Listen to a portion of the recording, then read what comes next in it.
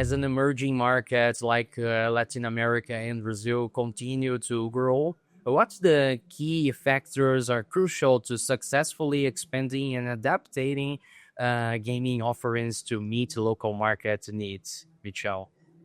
It's very interesting watching the LATAM and Brazilian markets because they're changing on the regulatory side, which is it's a good thing. We're going to have regulations, but to be successful here, you need to keep on top of that to know the nuances between each country.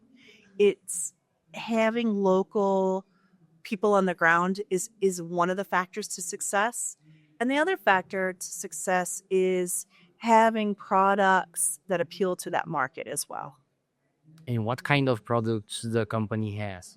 Well, at SIS, we have short form gaming products. So we have traditionally, or a horse racing company. So horse races are finished in 2 minutes and a horse race is over.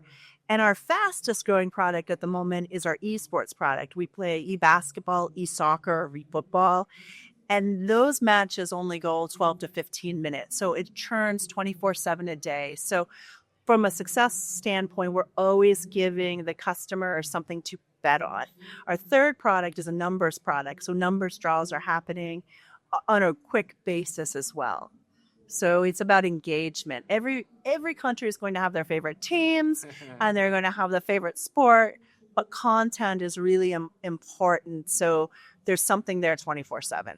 And with increasing competition in gaming industry, what innovations and technologies are becoming essential to stand out and capture player interest in these high growth regions? And what do you think about Brazilian market? Well, that's a lot of questions, but let's start with some of the innovations. It's all about pictures, videos, data, having as much as you can provide to the consumer in a format that's easily digested. That's key today because we want things fast and we want lots of data. So that's the first thing for any product is how much more you can provide to the consumer. Talking about the Brazil market, it is a very interesting market because there was the unregulated market, and now in January with the regulated market, we're seeing a very mature, sophisticated player here. And unlike the US, where it's more of a recreational player. So coming into Brazil is a lot more competitive. Margins are tougher to make here. But there's so much happening in the sense that when I say it's a mature market, it's still an immature market in the sense of regulations. They're being clarified, evolving. We're expecting this year to be supplier license coming out, which is a good thing.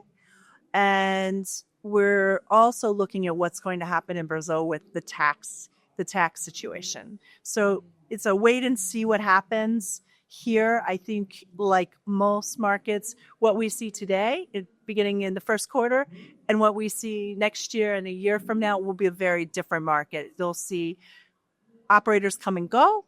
We'll see mergers and acquisitions, and the market will settle down. But early times. Okay.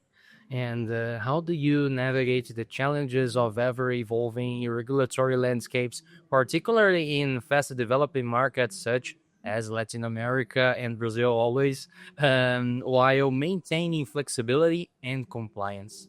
The first thing I would advise anyone going into a highly regulated market is to have really good local counsel, someone on the ground that knows the regulators and is able to work with them. And that's the key.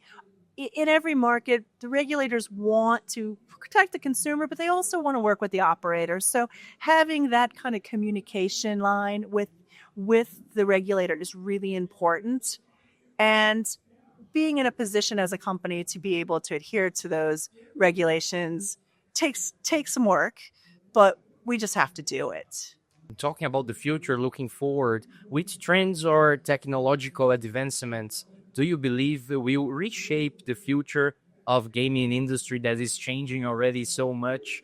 And how can companies capitalize on these changes for long-term success?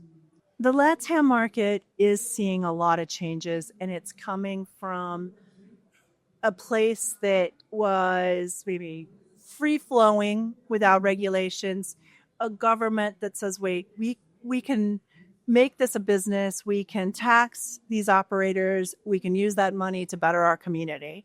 That's the first thing we're seeing everywhere. It's a wave, coming from the United States, where each state requires a little bit different regulations, to Brazil, which is highly regulated.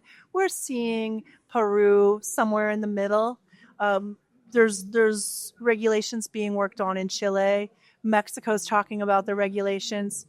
We're also seeing a balance in these LATAM countries where there was a lot of casino or land-based games, with all of our society going online. If you look at stats, 90% of turnover comes online. So that's where the technological developments really come.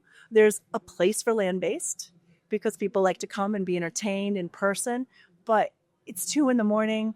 What kind of entertainment can you provide to me online? So we're going to see quite a number of platforms are going to have to compete with each other. So they're going to have to come up with new widgets, new way of looking at things, new way of presenting products.